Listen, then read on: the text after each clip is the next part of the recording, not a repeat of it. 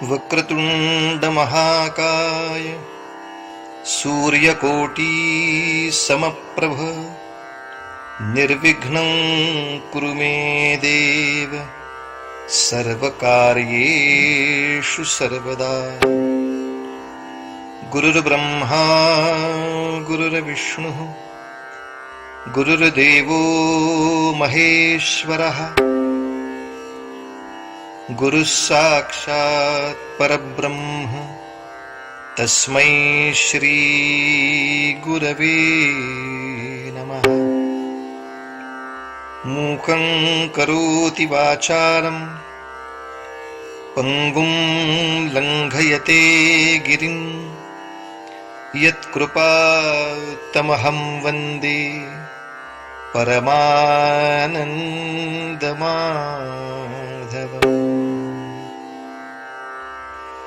पुंडलीकवरदे हरि विठ्ठल श्री ज्ञानदेव तुकाराम पंढरीनाथ महाराज की जय। महाराष्ट्रामध्ये मंगळवेढा नावाचं छोटंसं गाव. या गावाच्या गावकुसा बाहेर राहणारं गोड जोडपं निवृत्ती आणि मीरा यांची एक कुडाची झोपडी, पण नित्य स्वच्छ छान सारवलेली.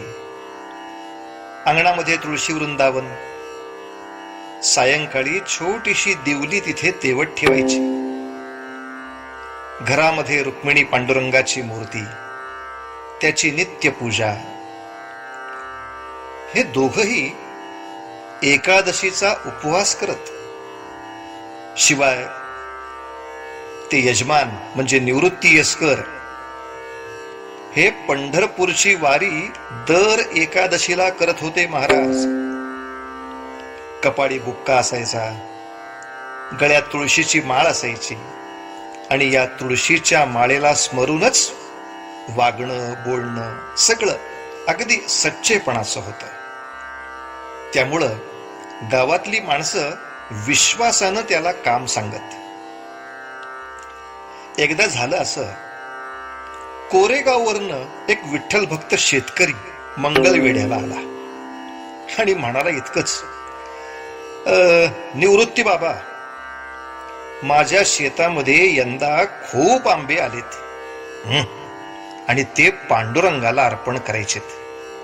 तर असं कर, एकादशीच्या यात्रेला जाताना कोरेगावला माझ्या शेतात ये, तोवर आंबे उतरवून ठेवतो, हा मग घेऊन जा. निवृत्ती हो म्हणाला. पंढरपूरला जायचंय म्हटल्यानंतर मीरा आनंदली आणि म्हणाली, आता या वक्ताला मी बी येते की हो.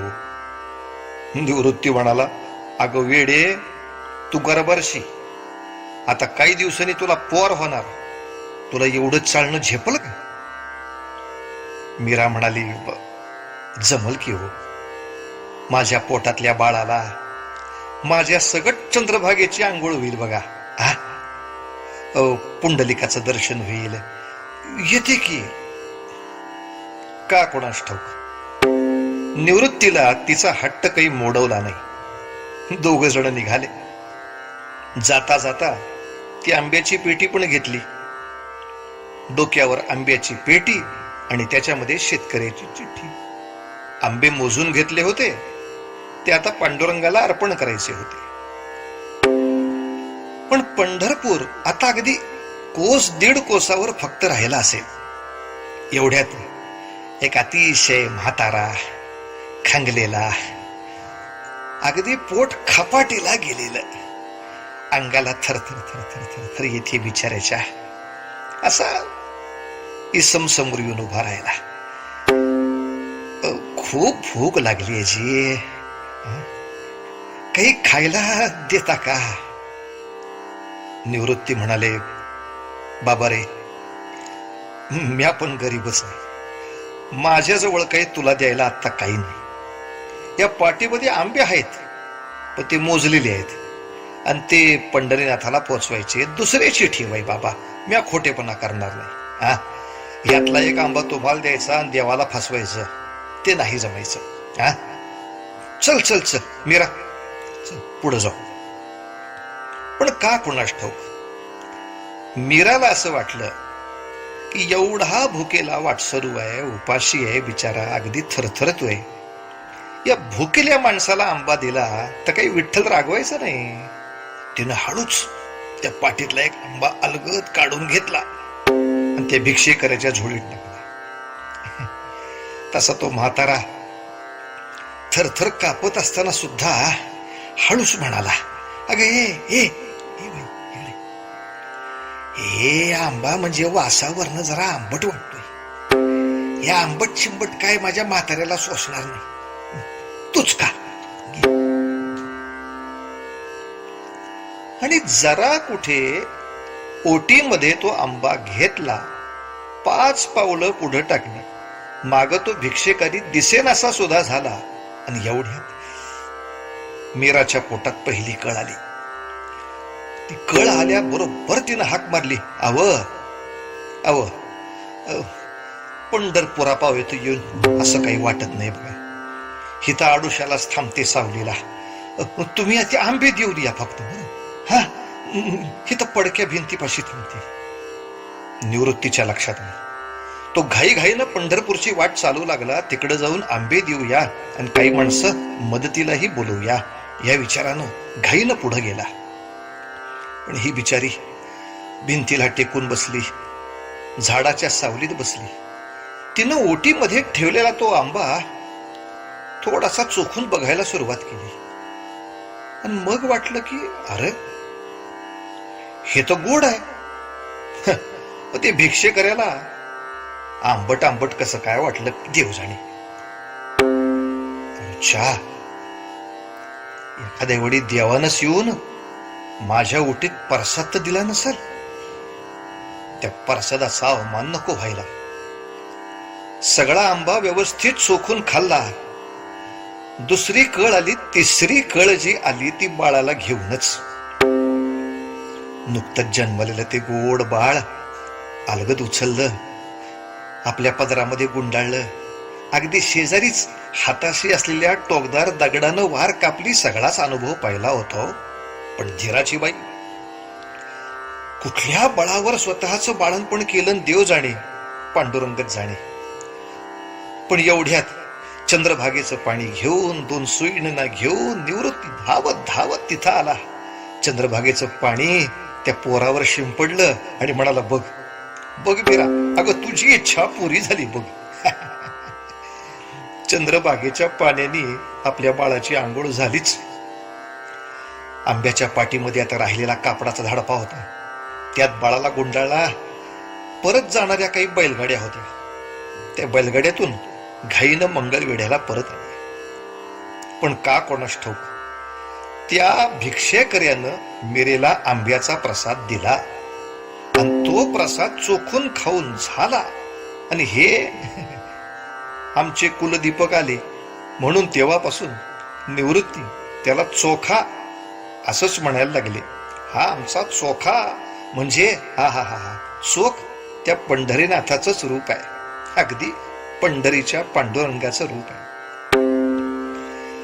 दिसामासानं चोखोबा मोठे होऊ लागले, गावामध्ये फिरायला लागले. आणि मग त्यांना अनेक प्रश्न पडायला लागले. बाबा, आपण गावाच्या बाहेर का राहतो? आपल्या या महारवाड्याचा लोकांना विटाळ असतो म्हणजे काय असतो? आपण सगळ्या गावाची घाण काढतो म्हणून लोक आपला विटाळ मानतात का? विटाळ म्हणजे काय असतोय बाबा? काय सांगणार बाप. त्यांनी एवढंच सांगितलं, बाबर आपण गावातल्या लोकांना शिवायचं नाही, आपली सावली सुद्धा त्याच्यावर पडू द्यायची नाही. अरे बाबा, पुरातन परंपरा आहे. बापजादी तसंच करत होते तसं आपण वागायचं. अरे हे समजे सांगतात आपण शूद्र आहोत, आपण फक्त सेवा करायची, रात्री गावामध्ये गस्त घालायची आणि लोकांचं उरलेलं अन्न आणून मग पोट भरायचं. चोख्याच्या लक्षात आलं. म्हणून बाबा तू राज्याला अन्न वाढा गो माय अशी हळी देत सगळ्या घरोघरी जातोस होय रे? होय चोख्या, आपल्याला नाही शेत, आपल्या मालकीचं काहीच नाही बघ.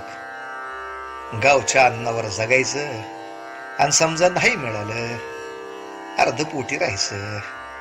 लोकांनी केलेले सगळे अपमान तसेच पाण्याबरोबर गिळून टाकायचे.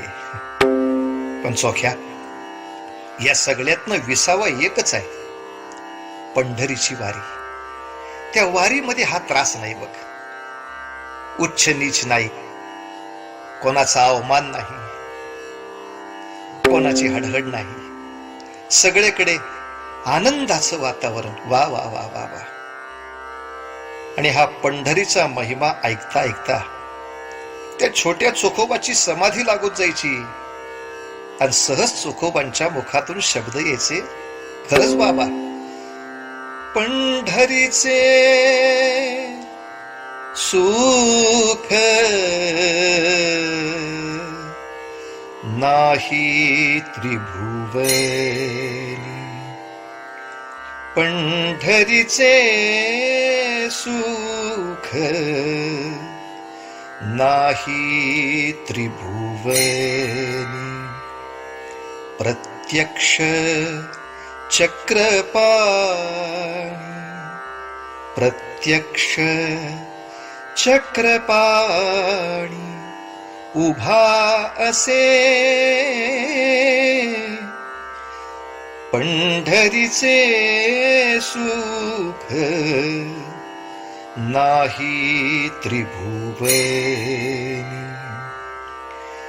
त्रिभुवनी समर्थ ऐसे पै तीर्थ,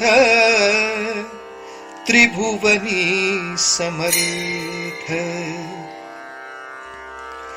ऐसे पै तीर्थ. दक्षिण मुखावहात चंद्रभागा, चंद्रभागा, चंद्रभागा. पंढरीचे सुख नाही त्रिभुवनी. सकळ संतांचा मुकुटमणी देखा, सकल संतांचा मुकुटमणी देखा, सकल संतांचा मुकुटमणी देखा. पुंडलिका सखा आहे तेथे, आहे तेथे, आहे तेथे. पंढरीचे सुख नाही त्रिभुवनी. सोखा म्हणे तेथे सुखाची मिराशी, सुखाची मिराशी. भोळ्या भाविकासी, भोळ्या भाविकासी अखंडित, अखंडित. पंढरीचे सुख नाही त्रिभुवनी. प्रत्यक्ष चक्रपाणी, प्रत्यक्ष चक्रपाणी उभा असे, पंढरीचे सुख सुख नाही त्रिभुवनी. निवृत्ती येसकराला कळच ना. अरे माझ्या चोख्याच्या मुखातनं साक्षात पंढरीचं वर्णन आलं कसं? अरे याला सुचलं तरी कसं? काय रे चोख्या, किती झकास अभंग म्हटलास रे बाबा. चोखा इतकंच म्हटला, मी काय म्हटलो मला स्मरत नाही. अरे पण बाबा, तू नित्य एकादशीला पंढरपूरला जातोस, तिथल्या हकीकती सांगतोस, देवाबद्दल भरभरून बोलतोस. त्याचा आठव झाला आणि सहज मुखातनं निघून गेलं रे बाबा, सहज मुखातनं निघून गेलं. चोखोबा दिसामासानं मोठा व्हायला लागला. आता गावकीची सगळी कामं करायचा तो. गावामधली मेली गुरं असतील ती ओढून गावाबाहेर न्यायची. मग बाकीचे मांगादी लोक यायचे, ते चांबडं काढायचे. मग चांभाराकडे ते कातडं जायचं कमवायला. मग त्याची चपला व्हायच्या, जोडी व्हायची. कुठं मांडव घालायचा असेल तिथं जायचा. अहो लग्नाच्या वेळेला वाजंत्रीची कामं सुद्धा यांच्याकडे असायची, तेव्हा तिथं जायचं. कुठं शेतावरती कुळं म्हणून राबाय जायचं.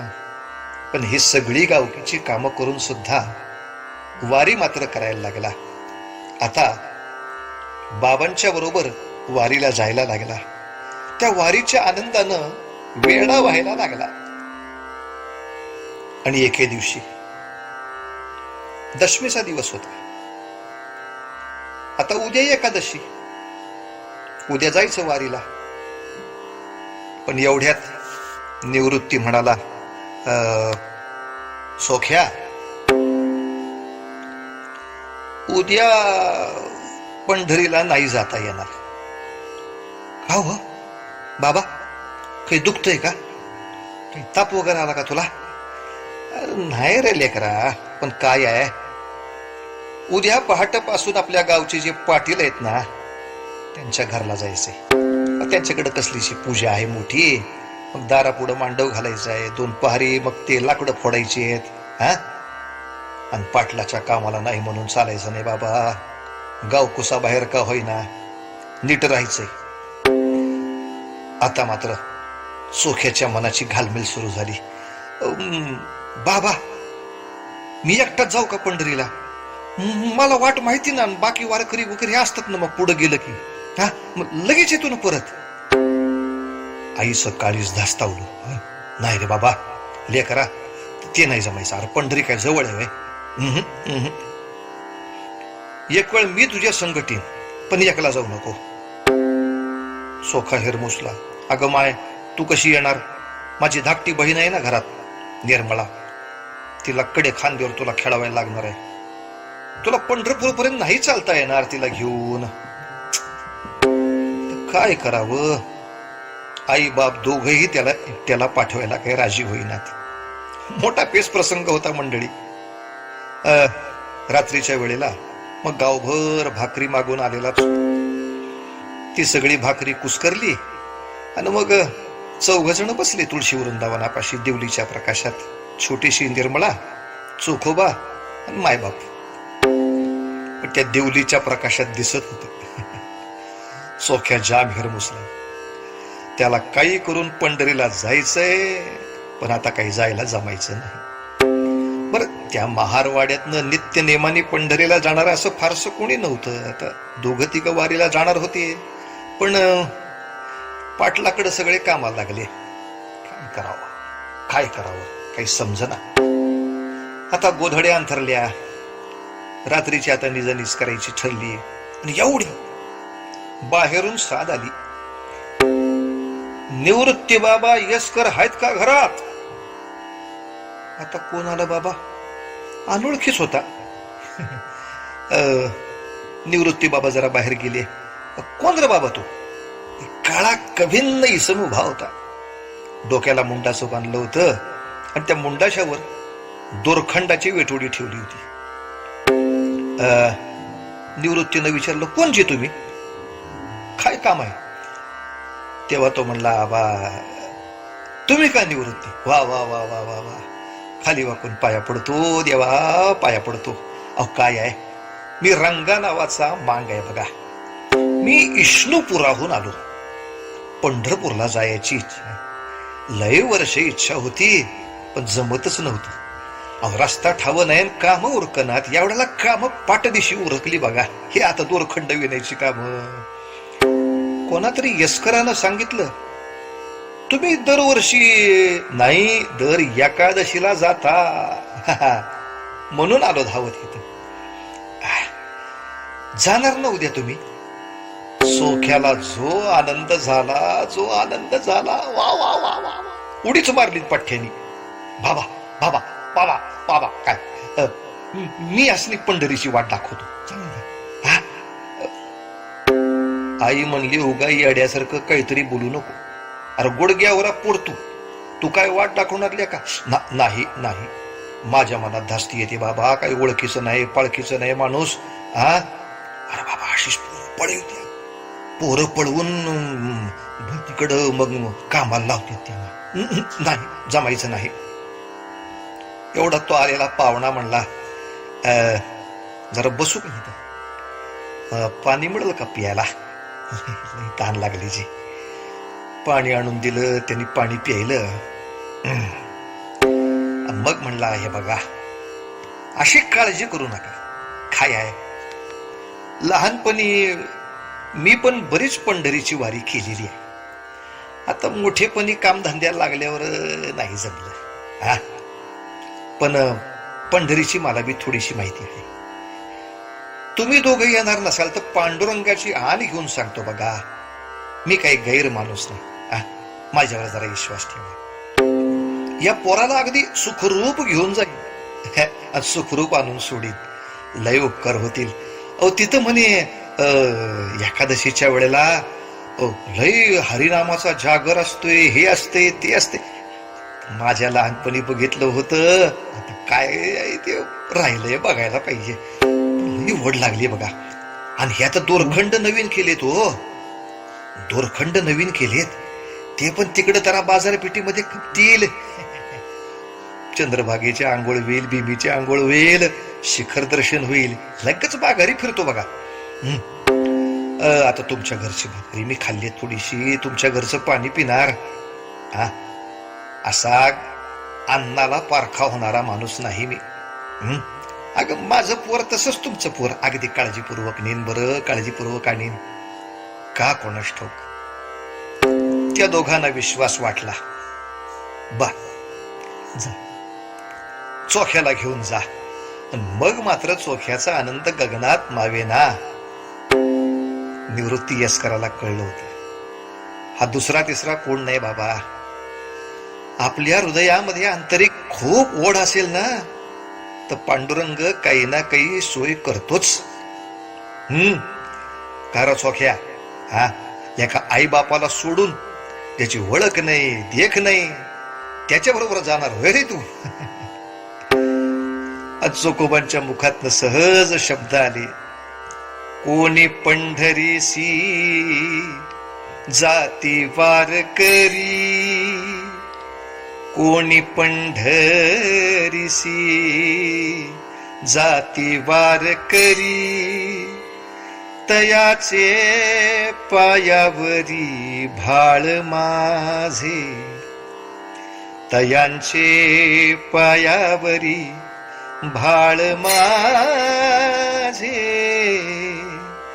तयांचे पायावरी भाळ माझे.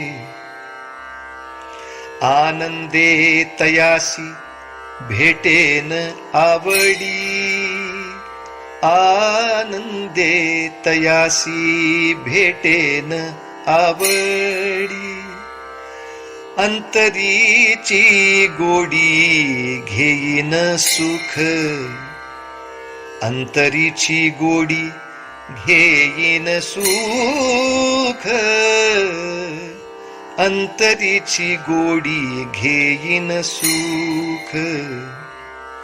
ते माझे माय बाप सोय रे सज्जन, ते माझे माय बाप सोय रे सज्जन तया तनु मन वोवाळीन तया तनु मन वोवाळीन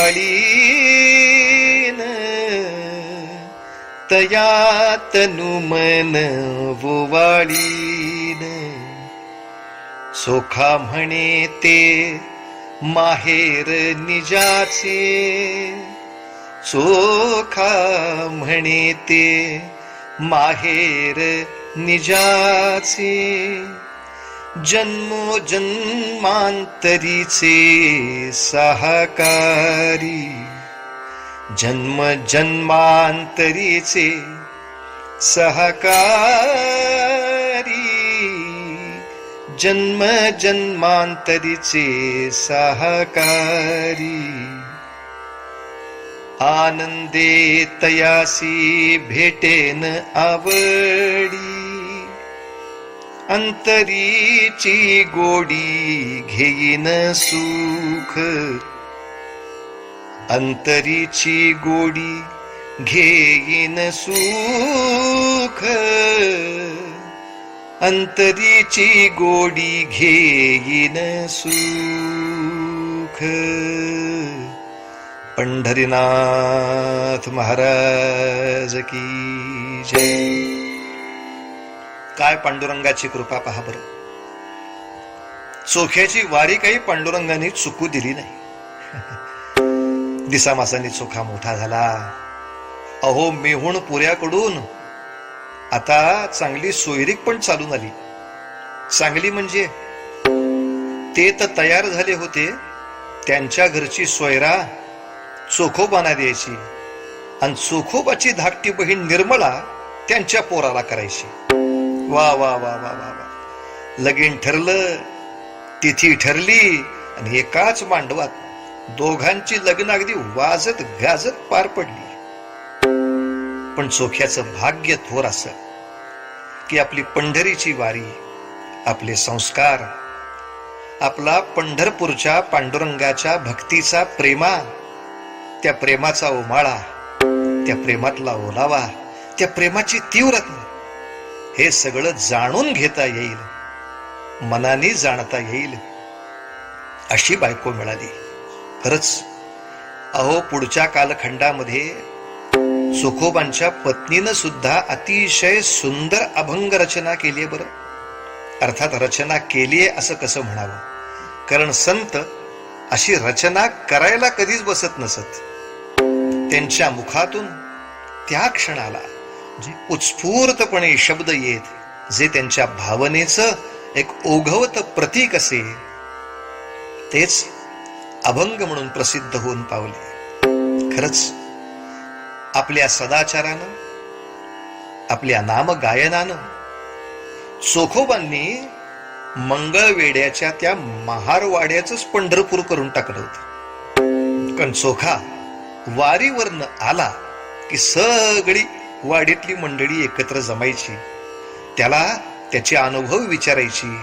यावेळेला कोण कोण भेटलं, नामदेव महाराज भेटले का, जनाक्काची म्हणजे जनाबाईंची भेट झाली का, नामदेवांचं कीर्तन तिथं वाळवंटात असतंय म्हणे, ते ऐकलंच का, आणि मग महाराजांनी जे सांगितलं ते आम्हाला सांग की रे. आणि मग ऐकलेलं कीर्तन अगदी तसंच्या तसं त्याच भावोत्कटतेनं चोखा या सगळ्यांना सांगायचा. त्यांच्या मनामध्ये यायचं खरंच पंढरपुराहून आलेल्या वारकऱ्याचं पूजन म्हणजे पंढरीच्या वारीचंच पुण्य संत का म्हटले ते आता कळतंय. वा रे वा चोख्या, आम्हाला या पंढरपूरच्या यात्रेचा अगदी चोख अनुभव इथं आम्हाला देतोस. किती कौतुक करावं तुझं, किती कौतुक करावं तुझं. वा वा वा. चोखोबांची अशी सगळी कीर्ती सर्वत्र पसरत होती.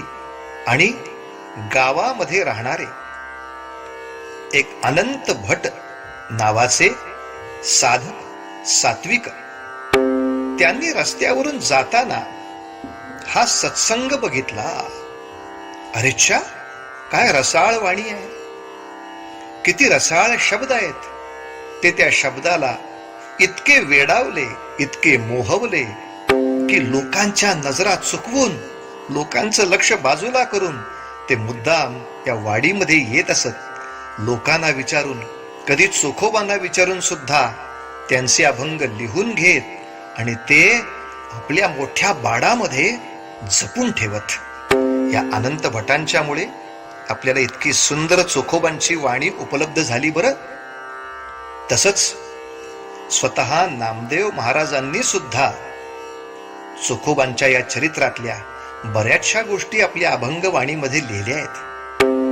चोखोबांची कीर्ती मंगळवेढ्यात झालीच, पण ती अवघ्या महाराष्ट्रात कशी झाली, केव्हा झाली, कोणत्या कोणत्या प्रसंगांच्यामुळे झाली, अशी कथा आपल्याला पुढच्या भागामध्ये ऐकायची आहे. तर चोखोबांची ही नित्य पवित्र सुंदर अशी कथा आपल्याही जन्मोजन्मीचा क्षीण हटवून आपल्याला भक्ती मार्गाकडे अशीच सुंदर तऱ्हेनं प्रवृत्त करेल आणि आपला भक्तिमार्ग प्रशस्त करेल यात संशय नाही. पुंडलिक वरदा हरी विठ्ठल, श्री ज्ञानदेव तुकाराम, पंढरीनाथ महाराज की जय.